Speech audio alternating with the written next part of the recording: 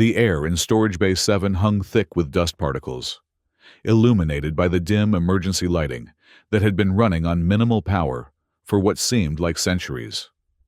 A group of cadets from various species shuffled through the narrow aisles of the forgotten repository, their instructor's voice droning on about the historical significance of the obsolete training equipment surrounding them.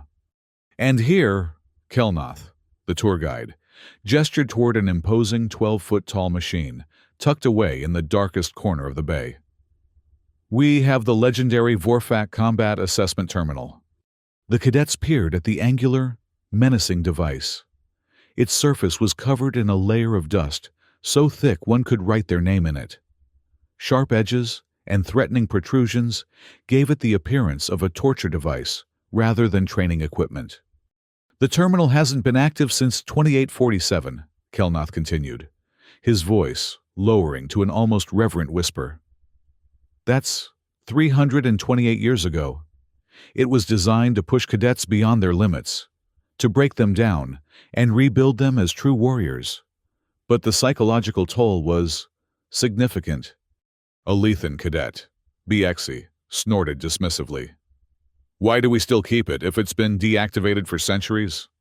"Tradition," Kelnoth replied simply. "Nexus Academy preserves all aspects of our training history. Besides, no one has been able to properly decommission it. The few who tried reported strange glitches in the system." Kira Volkov, the only human in the group, stood slightly apart from the others.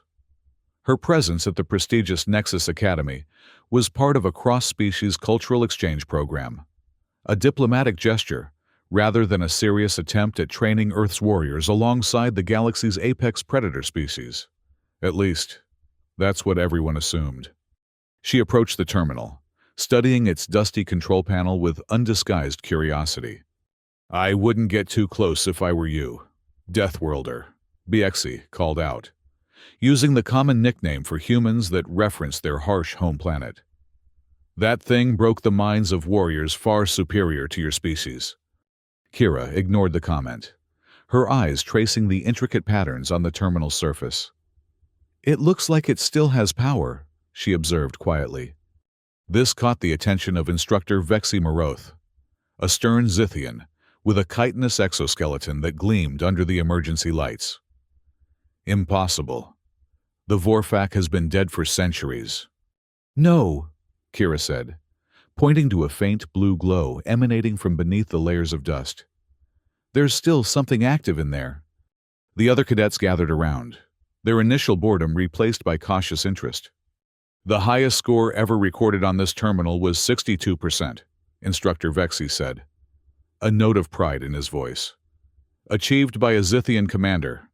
I might add, most species couldn't surpass 40%.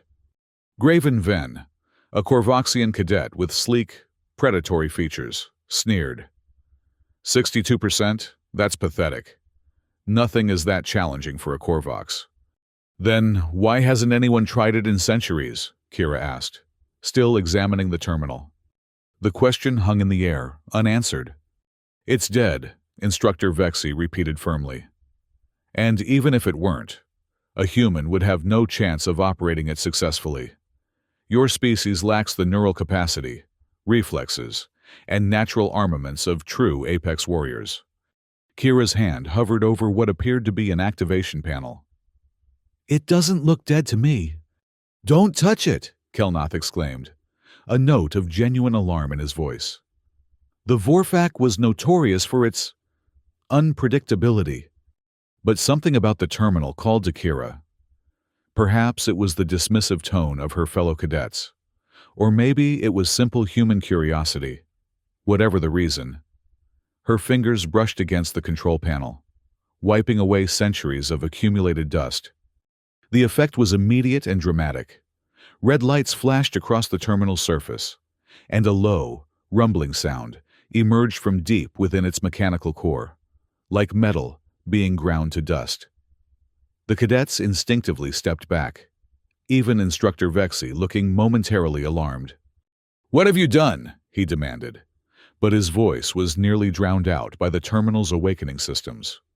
A holographic interface flickered to life, ancient glyphs and symbols dancing in the air before resolving into more recognizable text. Vorfac Combat Assessment. Initializing. Subject detected. Preparing evaluation protocols. Grokar, a bulky Thraxian cadet, laughed nervously. Well, Deathworlder, you woke it up. Now let's see how quickly it breaks you. Kira stood her ground as the terminal sensors swept over her, cataloging her physical attributes, limitations, and potential vulnerabilities. Human subject identified. Parameters adjusting. Caution. Species. Classification. Deathworlder detected. Recalibrating difficulty. Wait. It's actually accepting her as a participant?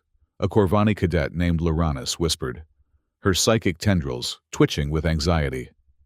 I can sense the machine's confusion. It doesn't know what to make of her.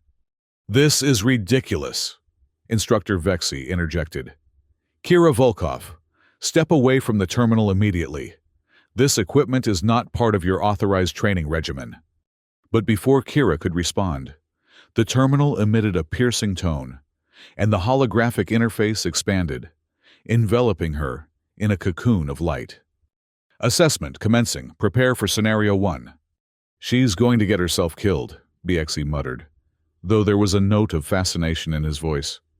Inside the holographic field, Kira found herself immersed in a startlingly realistic simulation. The environment shifted constantly around her, gravity fluctuating, terrain morphing, atmospheric conditions changing without warning. Threats appeared from multiple directions simultaneously, wielding unconventional weapons and employing tactics that defied standard combat logic. Outside the field, the other cadets and Instructor Vexi could see Kira's reactions displayed on the terminal's monitoring screens. Her heart rate spiked, adrenaline flooded her system, and her neural activity accelerated to dangerous levels. She's at 25% already, Loranis observed with surprise. Most cadets collapse at this point. Wait for it, Grokar said with grim anticipation. The Vorfac is just warming up. Inside the simulation, Kira struggled to maintain her footing as the gravity tripled, then quartered, then reversed entirely. Adversaries that resembled no known species attacked from all angles, their movements unpredictable and their vulnerabilities obscure. Yet with each challenge, Kira adapted. When conventional combat failed, she improvised. When standard tactics proved useless, she abandoned them entirely. 40%, Graven Ven announced, watching the progress indicator with growing disbelief. How is she still functioning? Humans, Instructor Vexi said dismissively, though there was a hint of uncertainty in his voice. They have an annoying ability to survive when they should, by all rights, be failing. But Kira wasn't just surviving. She was solving each scenario methodically, treating the simulation not as a combat exercise, but as a complex puzzle with multiple solutions. Where apex predator species relied on their superior physical attributes and evolutionary advantages, Kira leveraged adaptability and creative problem-solving. 50%, Loranis whispered, her psychic tendrils now fully extended in shock. She's matched the average performance of our top warriors. The simulation intensified.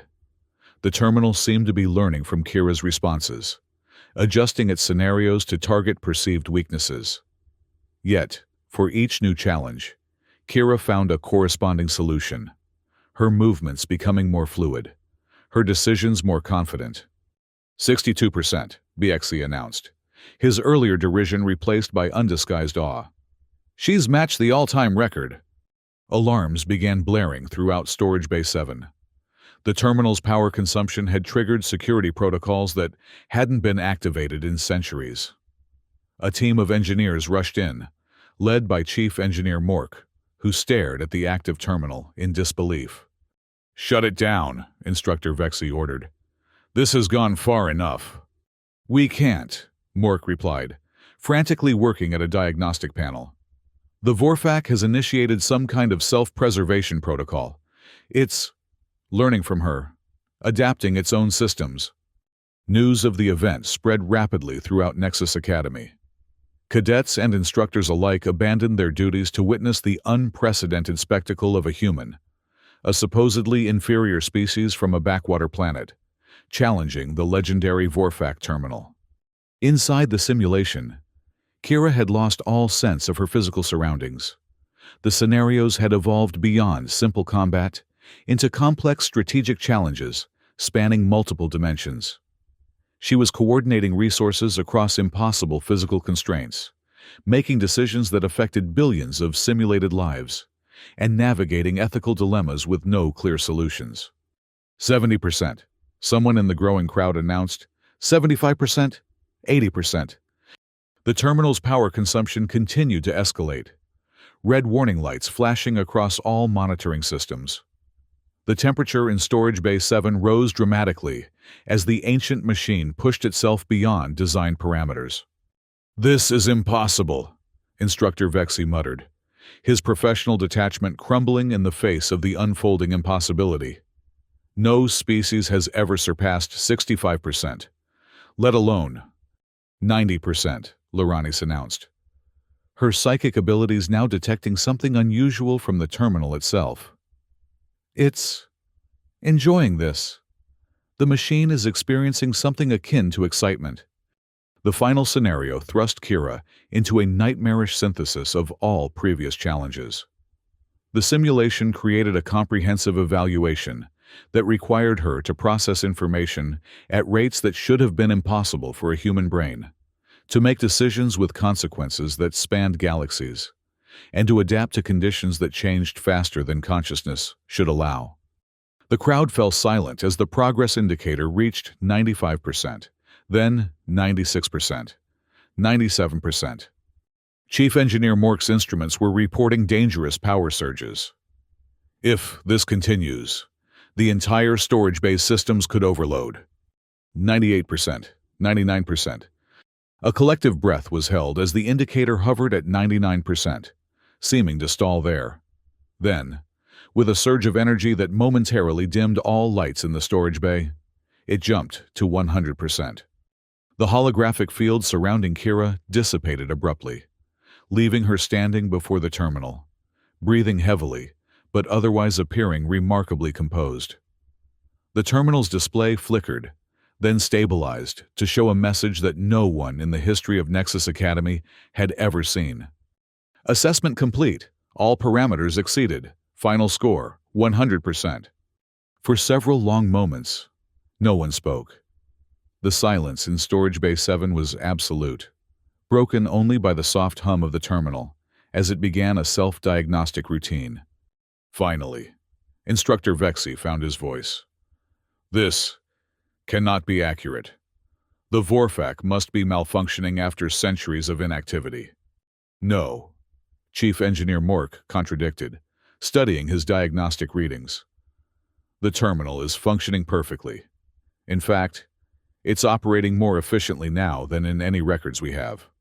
Kira stepped away from the terminal, her face showing no sign of triumph or arrogance, only a quiet satisfaction.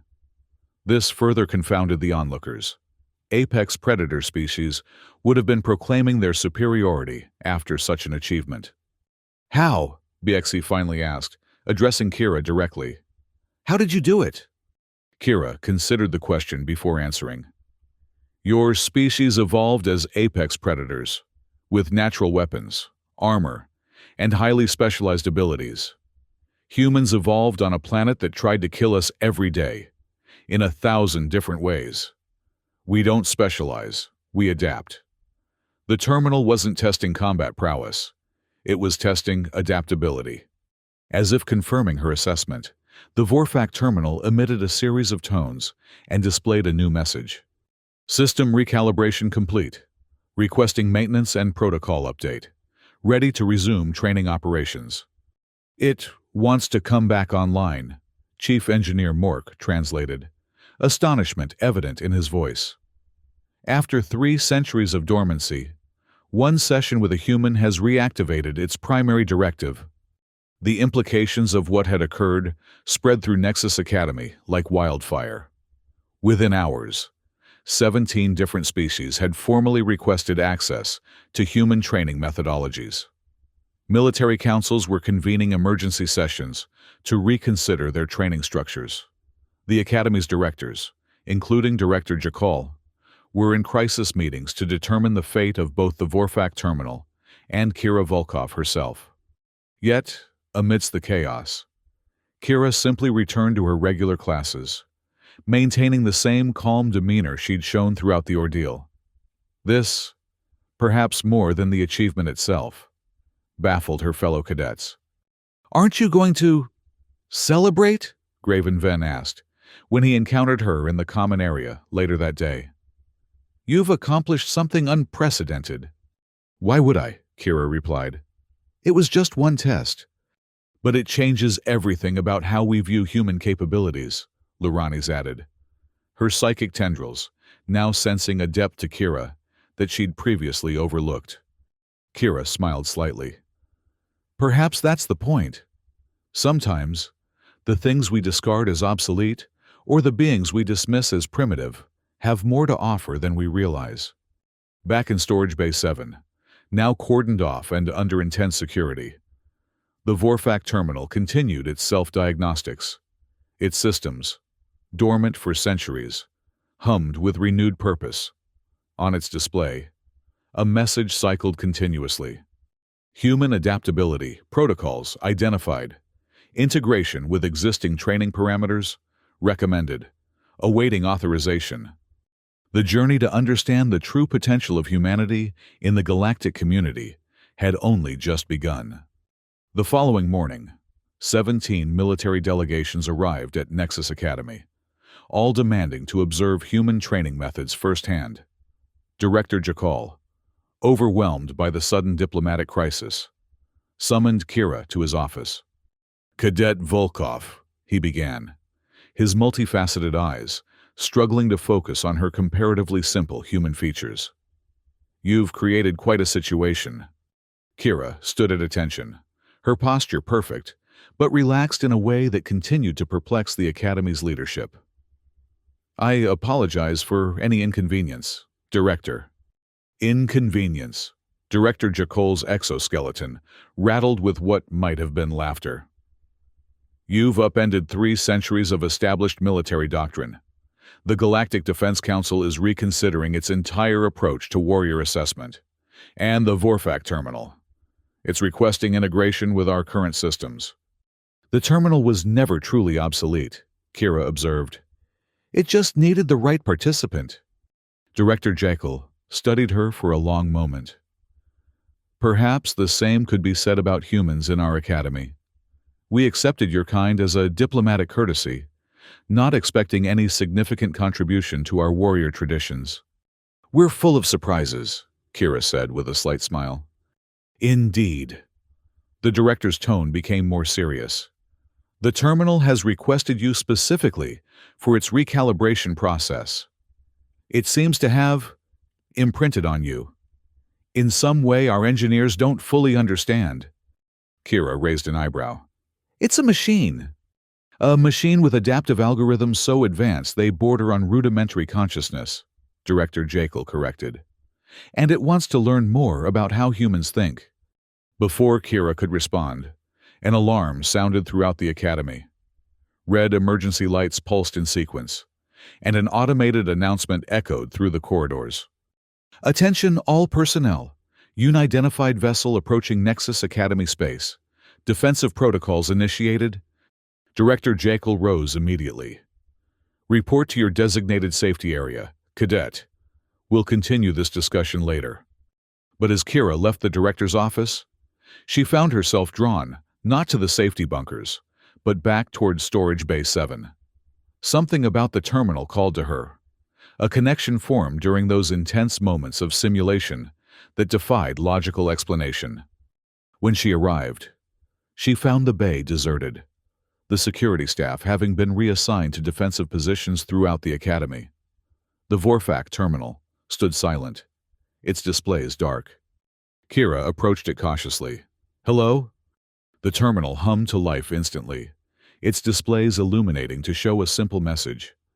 Threat detected. Academy defenses inadequate. Alternative approach required. You're monitoring the situation? Kira asked, surprised. Affirmative. Unidentified vessel employs technology similar to simulation parameters 7289. Current defensive strategies have 27% success probability. Kira's mind raced back to those particular simulations. Scenarios involving adversaries that adapted to conventional attacks, rendering standard defensive tactics useless. You're saying our defenses won't work against them? Correct. Human adaptability protocols would increase success probability to 94%. Kira hesitated only briefly before placing her hand on the terminal's control panel. Show me. The holographic field enveloped her once more. But this time, instead of a simulation, she saw the actual tactical situation unfolding around the Academy. The unidentified vessel was employing a constantly shifting energy signature, rendering the Academy's targeting systems ineffective. I need to warn them, Kira said urgently. Communication channels compromised. Direct interface required. The terminal's meaning became clear as a complex series of commands appeared before her. If executed, they would temporarily give the Vorfac terminal control over the Academy's defensive systems, an unprecedented action that violated countless security protocols. Yet the alternative was to watch the Academy fall to an unknown threat. Drawing a deep breath, Kira began implementing the commands, her fingers dancing across the holographic interface with increasing confidence. Throughout the Academy, confusion reigned as defensive systems suddenly changed tactics. Energy shields modulated in unpredictable patterns.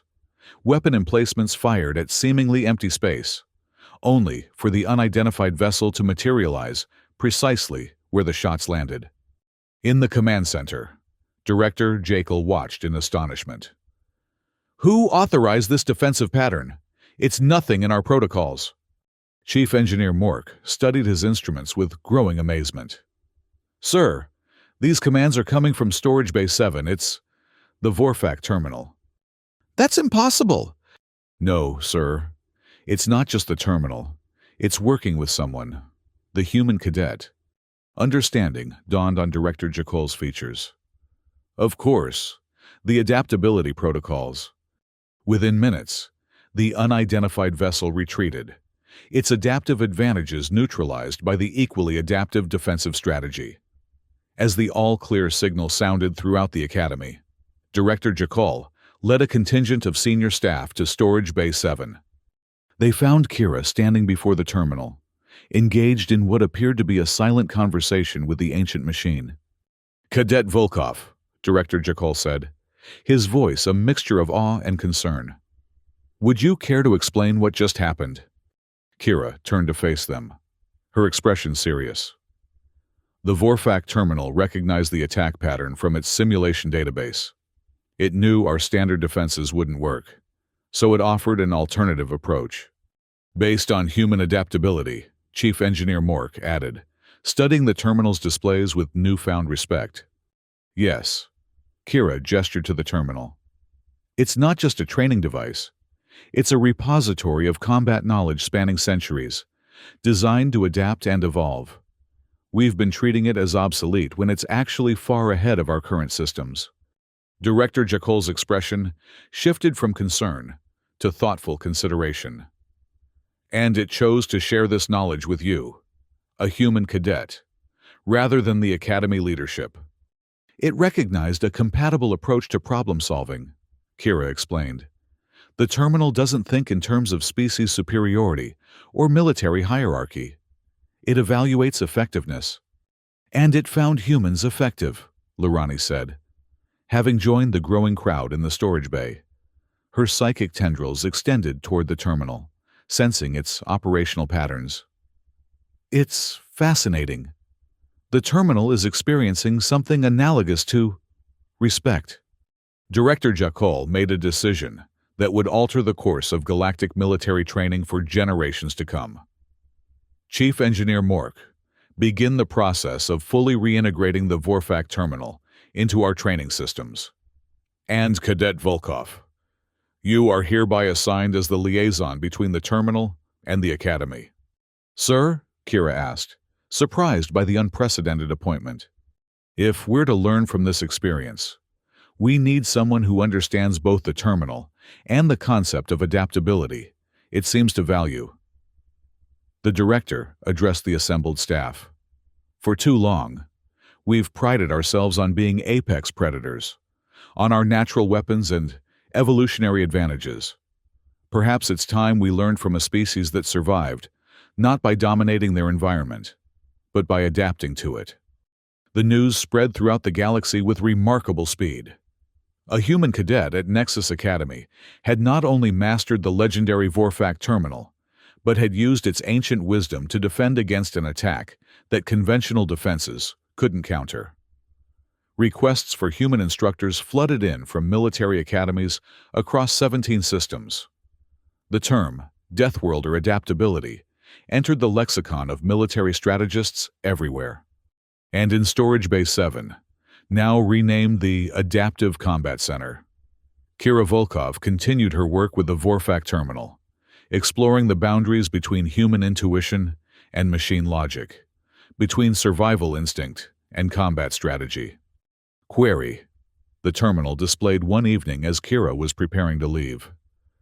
"Why do humans persist when failure is statistically probable?" Kira smiled at the question. "Because we don't believe in statistical probability when it comes to survival. We believe in possibility." Clarify: a 1% chance of success is still a chance, and humans have built our entire civilization on pursuing those slim chances. The terminal processed this for a moment before responding. Adaptive principle identified. Hope as strategic advantage, integrating into combat protocols. Kira laughed softly. "Now you're beginning to understand us." As she left the center, the terminal continued its analysis of human psychology, of the strange and wonderful contradiction that was humanity, physically weaker than most galactic species, yet possessing a resilience that defied logical explanation. A species that turned the brutal crucible of their Deathworld origin into their greatest strength. 3 months after the incident with the Vorfak terminal, Nexus Academy hosted its annual assessment competition. For the first time in its history, human cadets participated alongside representatives from the traditionally dominant species. The results shocked the galactic community. In adaptability tests, humans outperformed even the most prestigious warrior castes. Instructor Vexi Moroth, who had once dismissed humans as inferior warriors, now led a research team dedicated to incorporating Deathworlder methodology into the standard training curriculum. His preliminary findings suggested that the very traits that apex predator species had considered weaknesses, the lack of natural weapons, the need for artificial protection, the tendency to question rather than dominate, were actually sophisticated survival adaptations. In his widely circulated report, he wrote, "We have long measured warrior potential by the ability to overpower opposition through superior force. The human approach, adapting to circumstances, finding unconventional solutions, persisting despite physiological limitations, represents not a lesser form of combat excellence, but an entirely different and equally valid paradigm." Kira, now elevated to the position of special instructor, despite her technically still being a cadet, found herself at the center of a fundamental shift in galactic military philosophy. She worked closely with the Vorfak terminal, which continued to evolve its understanding of human adaptability principles. Observation: the terminal noted during one of their sessions. Human adaptability extends beyond physical and tactical domains to include social and philosophical adaptation. Yes, Kira agreed. We don't just change how we fight, we change how we think.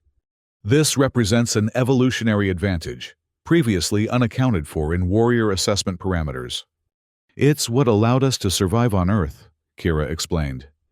Our planet threw everything at us: predators, diseases, natural disasters, climate shifts. We couldn't outfight these challenges, so we learned to outthink them. The terminal processed this information before displaying a new message. Recommendation: establish human-centric training division to explore applications of adaptability principles across species. Director Jakal, when presented with this recommendation, didn't hesitate to approve it. The Human Adaptability Training Division was established within a week, with Kira as its head instructor and the Vorfac Terminal as its technological foundation. Representatives from 17 species enrolled in the first training cycle, including several who had once openly mocked the inclusion of humans at Nexus Academy. Among them was Grokar, the Thraxian cadet who had been particularly dismissive of Kira's abilities.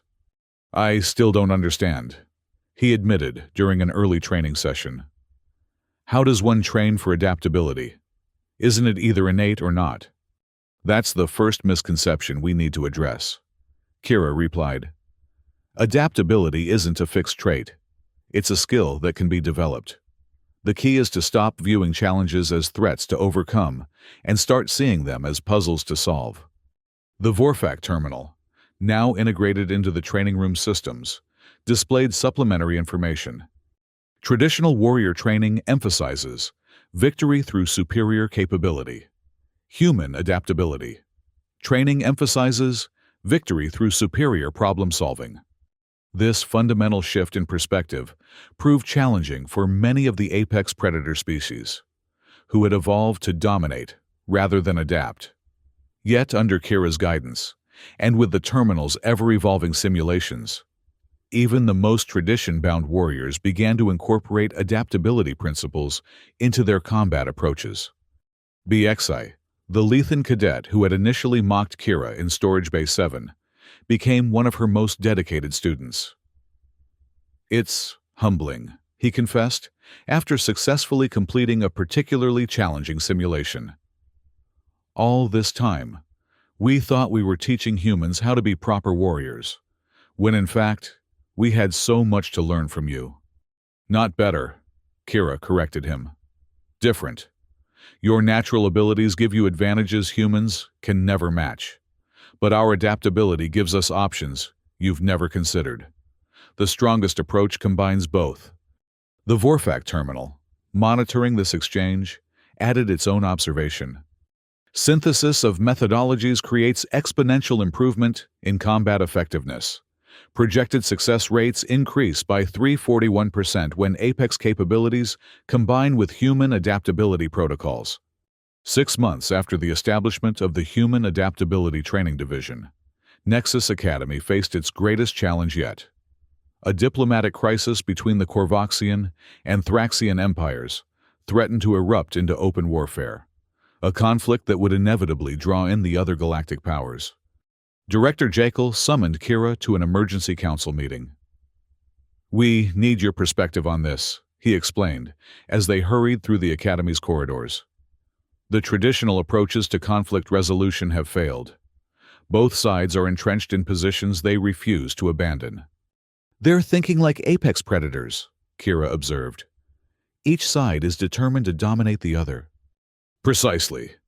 And we need an adaptive solution before the situation deteriorates further." The council chamber fell silent as Kira entered alongside Director Jakal. Representatives from 12 species sat around a holographic display showing the contested border region between the Korvoxian and Thraxian territories. "This dispute centers on control of the Nexus hyperspace junction," a Korvani diplomat explained. "Both empires claim exclusive rights based on historical precedent."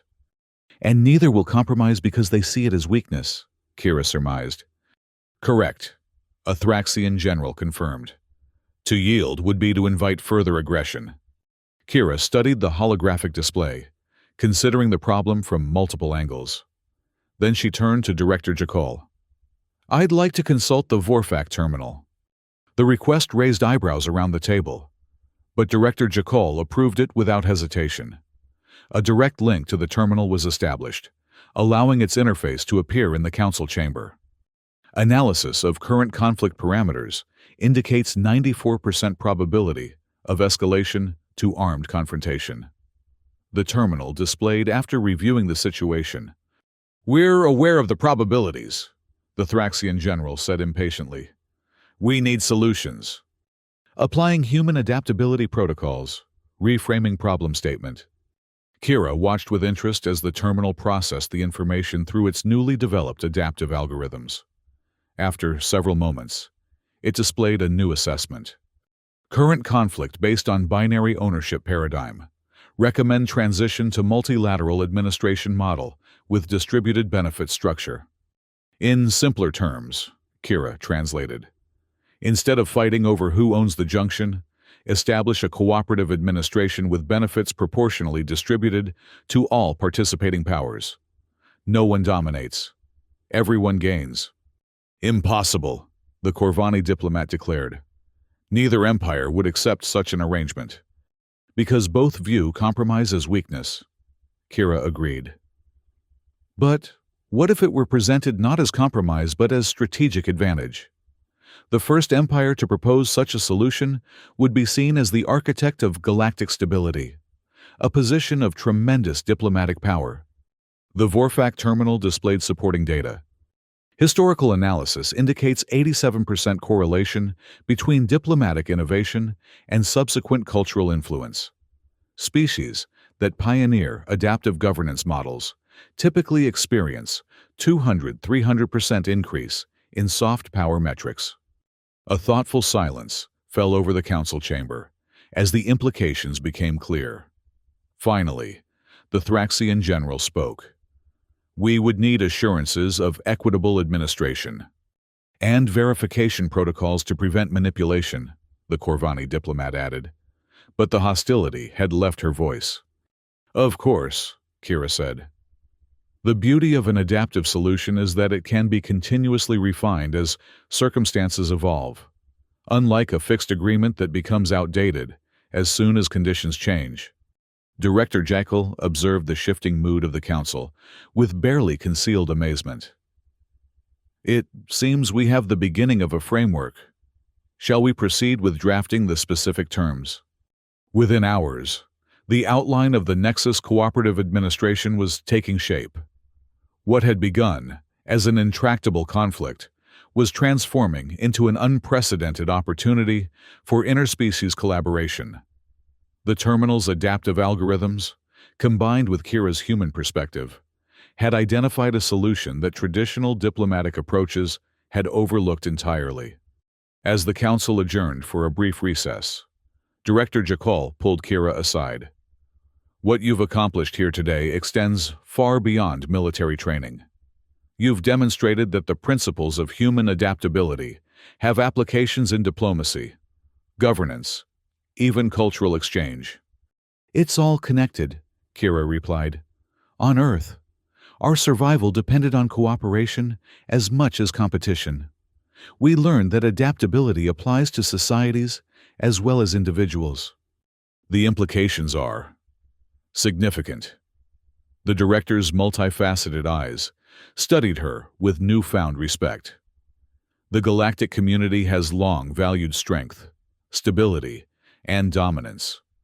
The idea that adaptability, continuous change, and evolution might be equally valuable. It challenges thousands of years of established thought. Change is the only constant, Kira said with a slight smile. Another human saying. Later that evening, as she reported the day's events to the Vorfak terminal, Kira reflected on how far things had come since that first encounter in Storage Bay 7. What had begun as a simple demonstration of human capabilities had evolved into a fundamental reassessment of galactic values. Query, the terminal displayed. Is adaptation the primary purpose of intelligence? Kira considered the question carefully. I think it might be. Intelligence allows us to change our behavior without having to change our biology. It lets us solve problems without waiting for evolution to catch up. Observation. This suggests that measuring intelligence by static capacity metrics is inherently flawed. Yes, Kira agreed. True intelligence isn't about how much you know or how quickly you can process information. It's about how effectively you can adapt to new situations. This parallels the transition in warrior assessment from fixed capability metrics to adaptive potential evaluation. Exactly. And just as we're discovering that the best warriors aren't necessarily the strongest or fastest, we might find that the most intelligent beings aren't those with the greatest processing power, but those with the greatest adaptive capacity. The terminal processed this insight, its algorithms incorporating the new perspective into its evolving understanding of intelligence. Hypothesis: humanity's evolutionary path on a death world, optimized for adaptive intelligence rather than specialized capability. That's one way to look at it, Kira acknowledged. We couldn't outrun predators, so we learned to make traps. We couldn't survive cold winters, so we learned to make fire and clothing. Each challenge forced us to adapt in ways that extended beyond our physical limitations. This suggests that Deathworld environments may produce distinct evolutionary advantages previously undervalued in galactic assessment metrics. Kira smiled at the terminal's conclusion. Now you're thinking like a human. 1 year after the activation of the Vorfac terminal, Nexus Academy hosted a galactic symposium on adaptive training methodologies. Representatives from 37 species attended, including several that had previously shown little interest in military cooperation.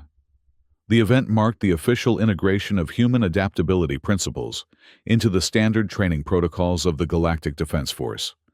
During the opening ceremony, Director Jakol reflected on the transformation that had occurred. A year ago, we viewed the Vorfac terminal as an obsolete relic, and humans as diplomatic curiosities rather than serious warriors. Today, both have fundamentally altered our understanding of combat effectiveness and intelligence itself. Kira, seated alongside the other instructors, accepted the acknowledgement with characteristic modesty. Beside her sat a holographic projection of the Vorfac terminal's interface. Now, a regular participant in Academy planning sessions. The lesson we've learned, Director Jakol continued, is that true strength lies not in dominance, but in adaptation, not in overwhelming force, but in creative problem-solving, not in rigid hierarchy, but in flexible cooperation. These are the principles that will guide Nexus Academy into the future. As the symposium proceeded, Kira found herself approached by cadets and instructors alike, all eager to learn more about the human perspective on adaptability. Among them was Grokar, the once dismissive Thraxian cadet, who had since become one of the Academy's most enthusiastic advocates for adaptive training. "You've changed everything," he told her earnestly. "The way we train, the way we think, even the way we see ourselves." "Not me," Kira corrected him. "It was always there in the Vorfac terminal, waiting for someone who could understand its approach. And it was always there in each of you, that capacity to adapt and evolve. You just needed permission to embrace it." "Permission?" Grokar seemed puzzled by the term. "Cultural permission," Kira explained. "In apex predator societies, tradition is valued over innovation, stability over change, following established paths over exploring new ones. You needed to see that adaptation isn't weakness. It's the highest form of strength." As the symposium concluded, Director Jakol announced the establishment of a permanent Human Adaptability Institute within Nexus Academy, with Kira appointed as its first director. The Vorfac terminal would serve as the technological cornerstone of the institute, its adaptive algorithms continuing to evolve in partnership with human instructors. "This marks not an endpoint but a beginning," Director Jakol declared. "The integration of Deathworlder adaptability principles with apex predator capabilities creates possibilities we have only begun to explore. The warriors who emerge from this synthesis will be unlike any the galaxy has seen before." Later, as Kira prepared the Institute's inaugural training program, the Vorfac terminal displayed a message that captured the essence of their shared journey. Final analysis. The terminal was never dead. It was waiting for a species that understood its purpose, not to break warriors, but to teach them to adapt when broken. Humanity's greatest strength is not surviving Deathworld conditions, but learning from them. This principle now extends beyond Earth, beyond humans, beyond current understanding. The future is adaptation. Kira placed her hand on the terminal's control panel, a gesture that had become familiar over the past year. And we're just getting started. Throughout the galaxy, the phrase Deathworlder girl was no longer whispered with dismissive curiosity, but spoken with respectful recognition. It had become synonymous with a new approach to challenges, a perspective that valued adaptability over dominance, cooperation over competition, and evolution over tradition. The terminal that everyone had said was dead hadn't just come back to life. It had helped bring a new kind of life to the entire galactic community. And it all began because a human cadet, dismissed as inferior by the apex warriors around her, saw potential where others saw only obsolescence. In the years that followed, as the principles of human adaptability spread throughout galactic civilization, influencing not just military training but diplomacy, governance, education, and technology, the story was often retold. How a forgotten terminal and an underestimated species had together revealed a truth that changed everything. That in a universe of constant change, the greatest strength is not power, but adaptability. And in Storage Bay 7, now transformed into the gleaming central hub of the Human Adaptability Institute, a small plaque commemorated where it all began. They said the terminal was dead, until the Deathworlder girl scored higher than any apex warrior. And in doing so, taught us all that nothing is truly obsolete if we have the wisdom to see its potential.